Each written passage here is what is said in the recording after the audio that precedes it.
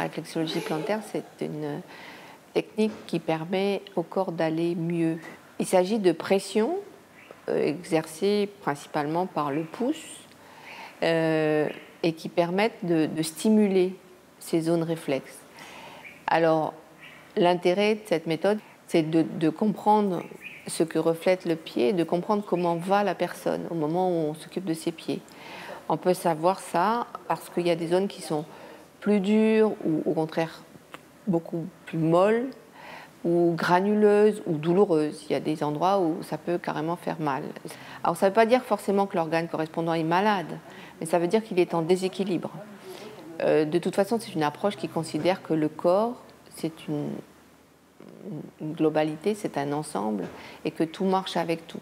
Et que le corps, il fait toujours de son mieux, et il cherche toujours le meilleur équilibre possible en fonction des contraintes qui sont les siennes, en fonction de son alimentation, en fonction de son âge, en fonction de l'exercice physique qu'on fait, en fonction de son stress surtout, parce que évidemment le stress a un impact énorme sur le fonctionnement du corps. Donc en stimulant ces zones du pied, on sollicite le corps pour qu'il essaye de trouver un meilleur équilibre à ce moment-là.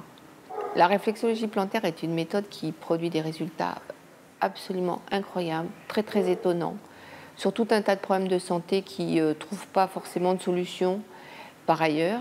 Il y a un autre intérêt de la réflexologie plantaire, c'est l'accompagnement de la chimiothérapie.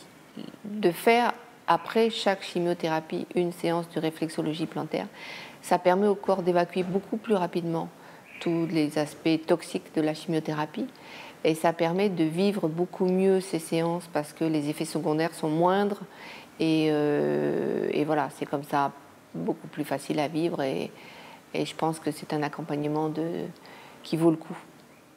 Les orteils, c'est plutôt le haut du corps, la tête, le haut du corps. Et puis plus on descend, plus on va vers le bas du corps. Et puis la droite et la gauche, exactement comme en haut, le côté droit, le côté gauche.